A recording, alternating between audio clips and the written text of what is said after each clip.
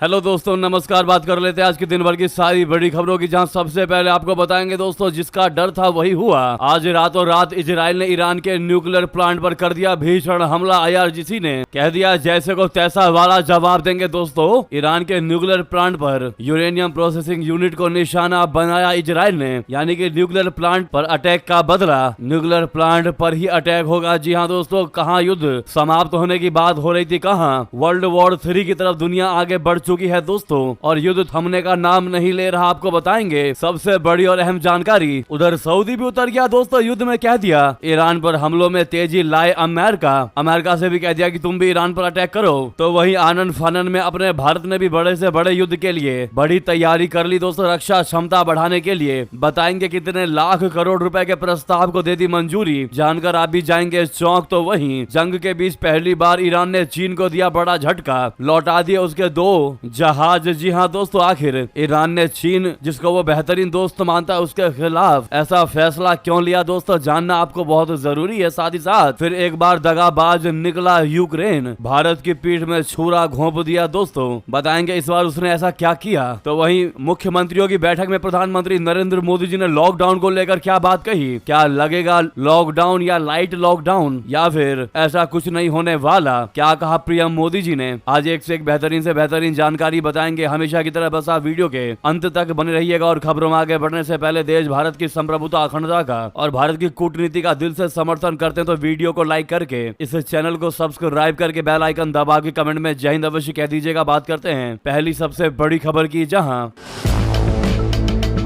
दोस्तों पश्चिम एशिया में जारी जंग अब परमाणु केंद्रों पर हमले की तरफ आगे बढ़ गई है। इजराइल ने ईरान के परमाणु केंद्र पर एयर स्ट्राइक कर दी है दोस्तों रातों रात। इजरायली सेना के मुताबिक वायुसेना ने शुक्रवार को ईरान के बीचों बीच स्थित यजद के यूरेनियम प्रोसेसिंग फैसिलिटी को निशाना बनाया है। इससे पहले ईरान के परमाणु ऊर्जा संगठन ने भी इस हमले की पुष्टि की है। इजरायली सेना शुक्रवार को किए गए हमलों के बारे में जानकारी देते हुए बयान भी जारी किया। आईडीएफ ने कहा कि कुछ ही समय पहले हमारी वायुसेना ने ईरान के बीचों बीच में मौजूद यजद के एक यूरेनियम प्रोसेसिंग फैसिलिटी पर हमला किया है। इजरायली सेना ने ईरान के इस ठिकाने को उसके परमाणु प्रोग्राम के लिए महत्वपूर्ण बताया। सेना ने कहा कि यहां पर यूरेनियम संवर्धन के लिए जरूरी कच्चे माल को निकाला जाता है। दोस्तों आपको बता दें कि परमाणु पर अटैक करने से पहले ही इजराइल द्वारा तेहरान के खिलाफ अपने अभियान को तेज करने की चेतावनी दी जा चुकी थी। वहीं ईरान की सरकारी मीडिया का भी दावा है कि उसके न्यूक्लियर प्लांट को निशाना बनाया गया है। इसमें हैवी वाटर प्लांट और येलो केक प्रोडक्शन प्लांट शामिल है दोस्तों। ईरान की फार्स न्यूज एजेंसी के मुताबिक अमेरिका और इजराइल के हमलों में मध्य ईरान में स्थित एक हैवी वाटर रिएक्टर को निशाना बनाया गया है। फार्स न्यूज एजेंसी ने सेंट्रल मरकजी प्रांत के एक अधिकारी हसन गमारी के हवाले से बताया कि खोंदाब हैवी वाटर कॉम्प्लेक्स को अमेरिकी और इजरायली दुश्मन के हमले में 2 फेज में निशाना बनाया गया। दोस्तों रिपोर्ट के मुताबिक ये हमला खोंदाब पावर प्लांट पर हुआ है। यहाँ तकरीबन 10 बार हमला किया गया है। हमले के बाद यहाँ काला धुआं निकल रहा है। हालांकि इस हमले में अब तक किसी के घायल होने या मौत की कोई खबर सामने नहीं आई है, ना ही कोई रेडिएशन की भी खबर सामने आई है दोस्तों। वहीं इस हमले के बाद ईरान की इस्लामिक रिवॉल्यूशनरी गार्ड कॉर्प्स ने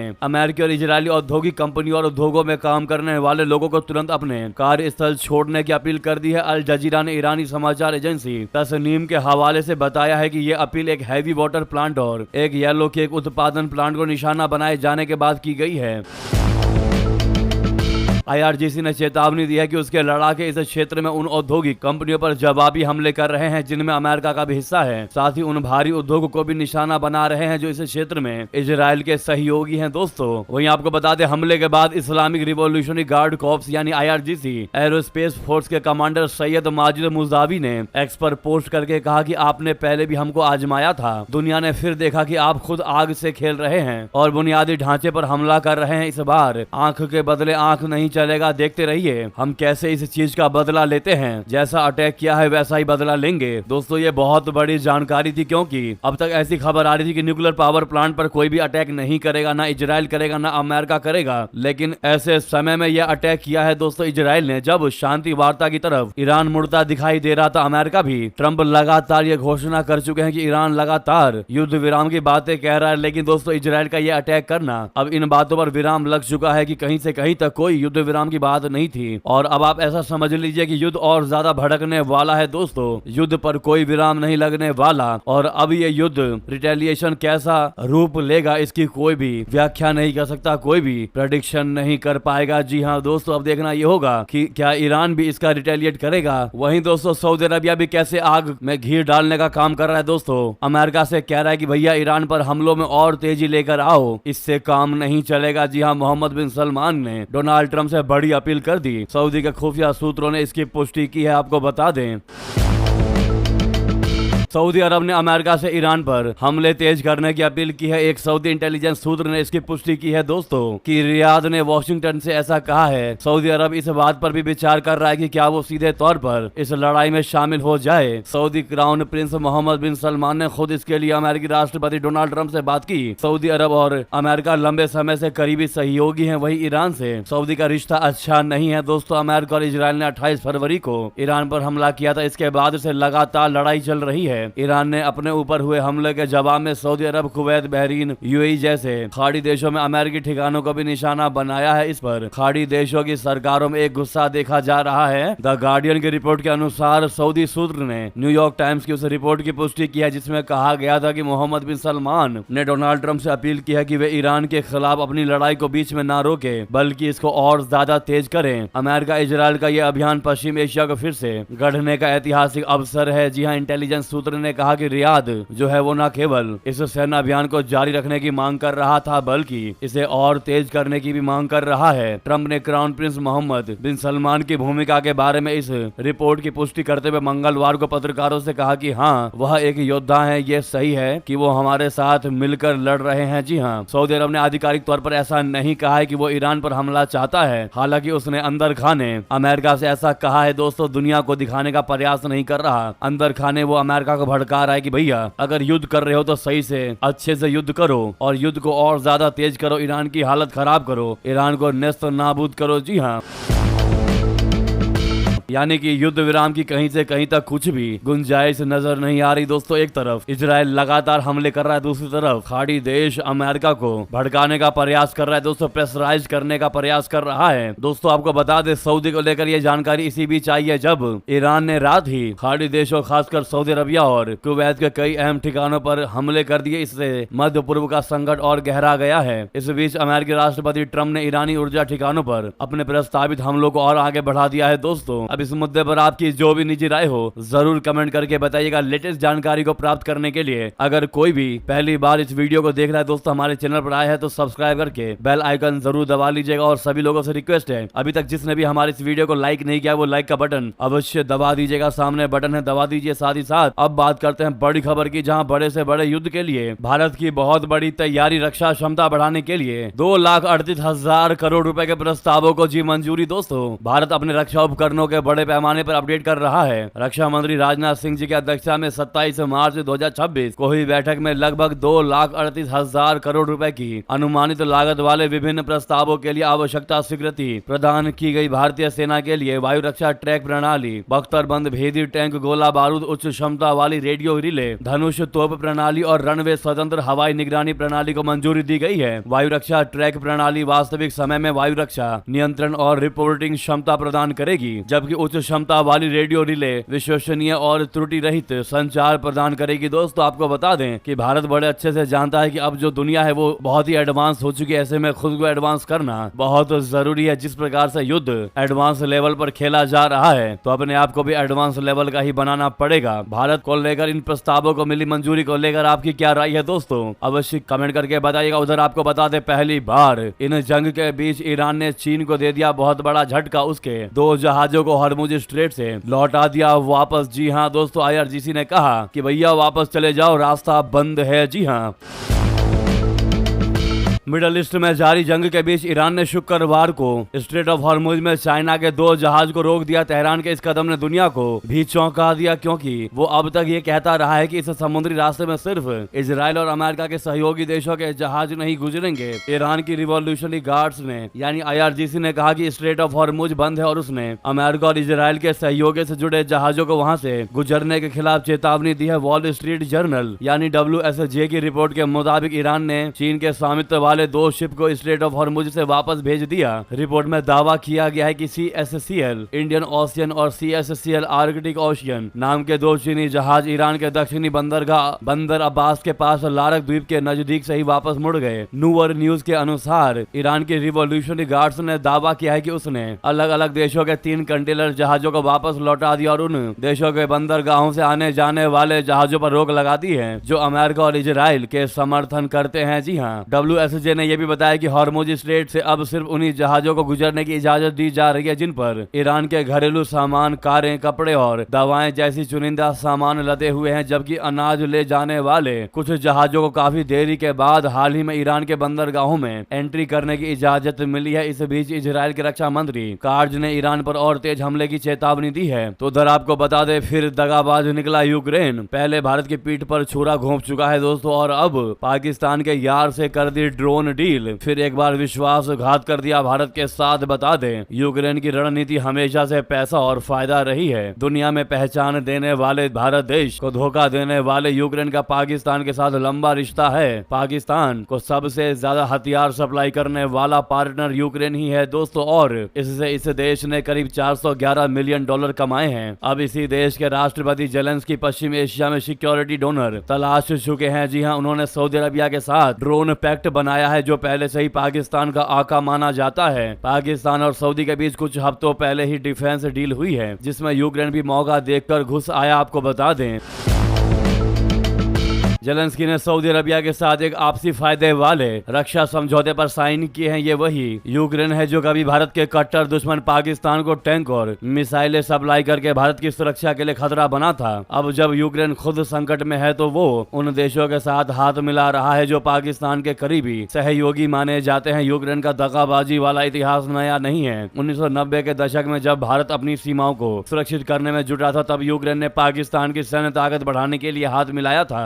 1996 में यूक्रेन ने पाकिस्तान के साथ $650 मिलियन की एक बड़ी डील की थी जिसके तहत उसने पाकिस्तान को 320 T-80UD मुख्य युद्धक टैंक सप्लाई किए थे। यूक्रेन ने पाकिस्तान को 320 टैंक सप्लाई किए थे। यह वही टैंक है जो आज भी पाकिस्तानी सेना की बख्तरबंद रेजिमेंट की रीढ़ की हड्डी मानी जाती है और भारत की पश्चिमी सीमाओं पर तैनात है। जी हाँ दोस्तों, उधर आपको बता दें खामनेई के मौत पर पहली बार रामदेव बाबा का बयान आया दोस्तों। कह दिया व्यक्ति को मार सकते हैं लेकिन उनके विचारों को नहीं। जी हाँ दोस्तों, ईरान के पूर्व सुप्रीम लीडर अली खामनेई के अमेरिकी इजरायली हमले में मारे जाने पर बाबा रामदेव ने बड़ा बयान दिया। उन्होंने कहा कि आप किसी भी व्यक्ति को तो मार सकते हैं लेकिन उसके विचारों को नहीं मार सकते। दोस्तों NDTV से बात करते हुए जब पूछा गया कि खामनेई को नेतन्याहू ने मार दिया, आपको क्या लगता है ये सही किया कि गलत? इस पर बाबा रामदेव ने कहा कि आप किसी व्यक्ति को मार तो सकते हो लेकिन उसके जज्बे, उसके विचार, उसके दर्शन, उसकी सोच, उसकी वीरता को नहीं मार सकते, कम नहीं कर सकते। जी हाँ, बाबा रामदेव ने आगे कहा कि मैं बहुत कुछ ज्यादा नहीं जानता इस बारे में, ईरान के बारे में, लेकिन इतना जरूर जानता हूँ कि ये पैगंबर मोहम्मद के खानदान के रियल लोग हैं। इन्हें शिया कहा जाता है। इन्हें ना कोई हरा सकता है और ना ही मिटा सकता है। कम से कम एक नहीं 9-10 करोड़ की आबादी में 1 करोड़ से ज्यादा लोग खामनेई के विचार को रोम रोम से जीते हैं। आप कैसे उसे खत्म कर देंगे? यह अमेरिका की एक तरह से राजनीतिक अपरिपक्वता है। ट्रंप और नेतन्याहू तो युद्ध और मानवता के अपराधी हैं। इसका युद्ध का खामियाजा 50 से 100 सालों तक इजराइल अमेरिका को भुगतना होगा। ना इसमें अमेरिका इजराइल जीत सकते हैं और ना तो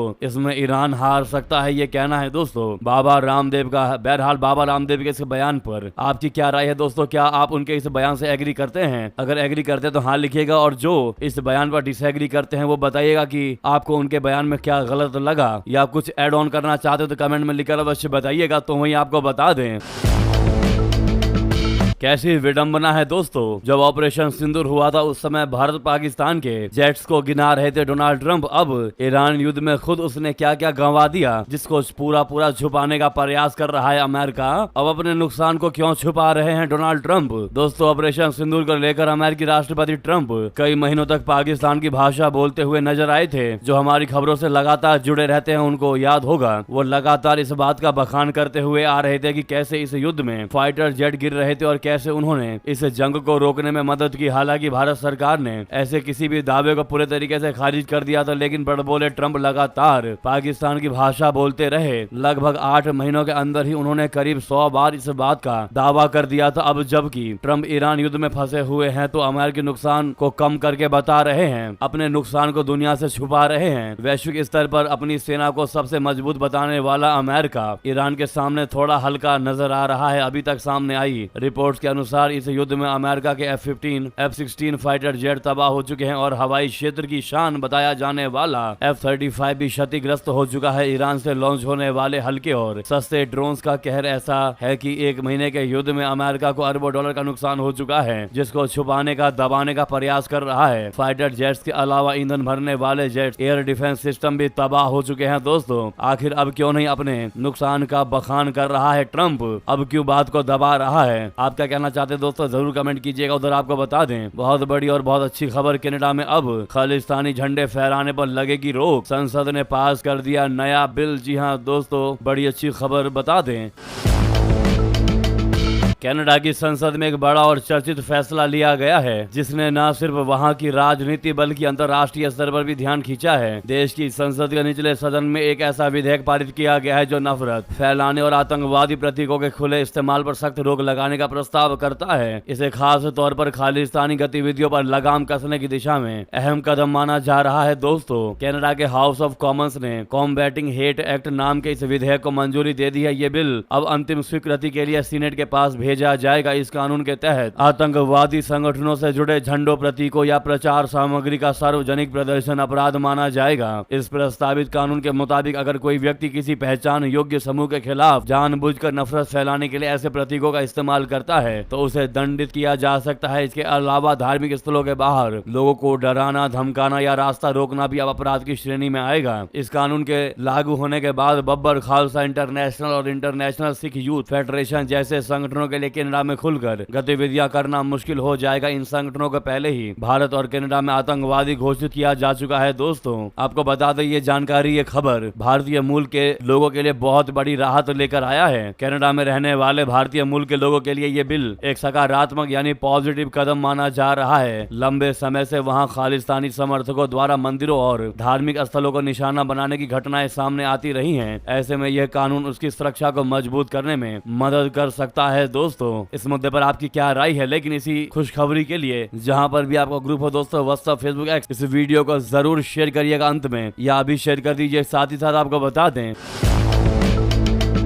भारत के लिए बहुत बड़ी और अच्छी खबर है। अगले 1 से 2 दिन में 4 और भारतीय जहाज कर सकते हैं हॉर्मुज को पार। दोस्तों, अगले 1 से 2 दिनों में करीब 4 भारतीय जहाज और हॉर्मुज स्ट्रेट पार कर सकते हैं। इसके लिए ईरान से लगातार बातचीत जारी है। सूत्रों के अनुसार जिस तरह बातचीत हो रही है उससे उम्मीद है कि अगले 1 से 2 दिनों में ही इन जहाजों को हॉर्मुज क्रॉस करने के लिए हरी झंडी मिल सकती है। हालांकि दोस्तों, कम्युनिकेशन और सुरक्षा सुनिश्चित करने में कई पेच भी हैं, जिन्हें भारत की सभी एजेंसियां मिलकर सुलझा रही हैं। सूत्रों के अनुसार जहाज के लोकेशन के हिसाब से हॉर्मुज स्ट्रेट पार करने में कम से कम 1 या 1.5 दिन लगते हैं और ज्यादा दिन भी लग सकते हैं। फिर जब उस जहाज ओमान की खाड़ी पहुंचते हैं तो यहाँ से भारत आने में कम से कम 3 दिन लगते हैं। दोस्तों, इतना ही नहीं, पल पल बदलते हालात को भी देखना होता है, क्योंकि ये भी डर रहता है कि पता नहीं कब अमेरिका ही अटैक कर दे। इसके साथ ही जहाज के गुजरने का सेफ रास्ता क्या है ये भी कंफर्म करना होता है और फिर उसी रूट को फॉलो करना भी होता है। साथ ही रास्ते भर हर स्तर पर यह भी जानकारी पहुंचाना सुनिश्चित करना होता है कि भारतीय जहाजों की क्या पोजीशन है और कब वे कहां पर पहुंचे हैं, ताकि कोई गलती से ही हमला ना कर दें। हर स्टेज पर स्टेक होल्डर से लगातार कम्युनिकेशन सुनिश्चित करना होता है। जी हां दोस्तों, वही चौंका देने वाली खबर बता दे, कश्मीर में हाई अलर्ट, घाटी में रची जा रही आईईडी ब्लास्ट की बहुत बड़ी साजिश। जी हां, जम्मू कश्मीर में सुरक्षा बलों को बड़े आईईडी हमले की जानकारी मिली है, जिसके बाद कश्मीर हाई अलर्ट पर है। दरअसल खुफिया एजेंसियों को खास जानकारी मिली है कि हाईवे और भीड़ भाड़ वाले इलाकों में सुरक्षा काफिलों या उनकी गतिविधियों को निशाना बनाया जा सकता है। खुफिया जानकारी से पता चला है कि आतंकी संगठन बड़े आईईडी बड़े हमलों की योजना बना रहे हैं, जिनका खास निशाना सेना, सीआरपीएफ और जम्मू और कश्मीर पुलिस के काफिले या उनकी अन्य गतिविधियां हैं। अगले 72 घंटों तक यहाँ खतरा बहुत ज्यादा रहने वाला है। दोस्तों, तो वहीं आपको बता दें,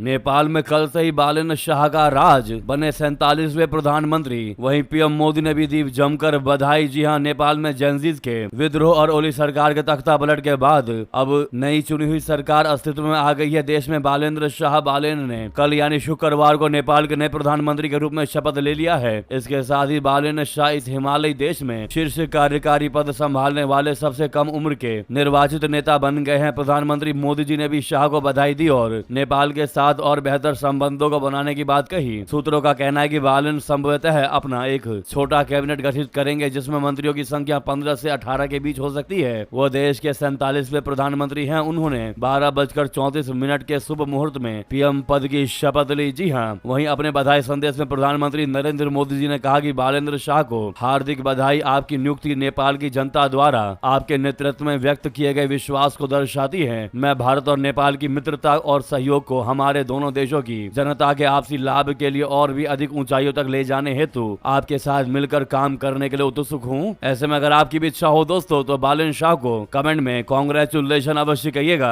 तो वहीं अगली बड़ी खबर आपको बता दें, सीएम्स की बैठक में प्रधानमंत्री मोदी जी का साफ साफ संदेश, कह दिया देश में लॉकडाउन नहीं लगेगा। जी हाँ, लेकिन राज्यों को इस पर काफी ध्यान देना होगा कि इनमें राज्यों में पैनिक ना फैले, हालात पूरी तरह नियंत्रण में रहे। जी हाँ दोस्तों, वेस्ट एशिया संकट को लेकर शुक्रवार को प्रधानमंत्री नरेंद्र मोदी जी और राज्यों के मुख्यमंत्रियों के बीच अहम वर्चुअल मीटिंग हुई।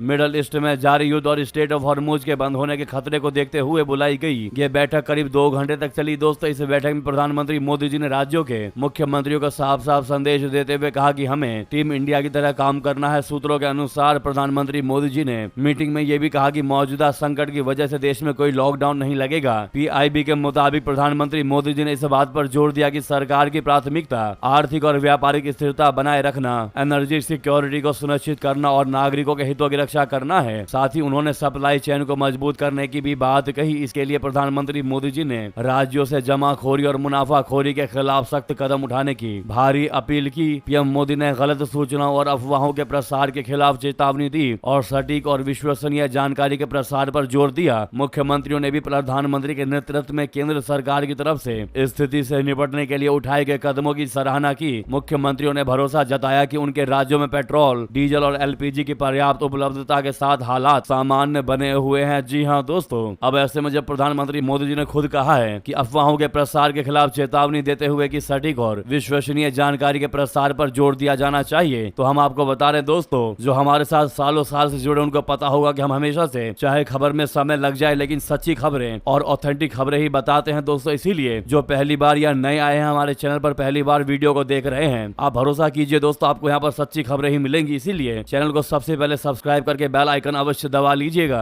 और सभी लोग वीडियो को लाइक कर दीजिएगा। दोस्तों, मिलते हैं अगली बड़ी खबर में। यहाँ तक बने रहने के लिए आप सभी का बहुत बहुत धन्यवाद, बहुत बहुत आभार। जय हिंद, जय भारत, जय श्री राम।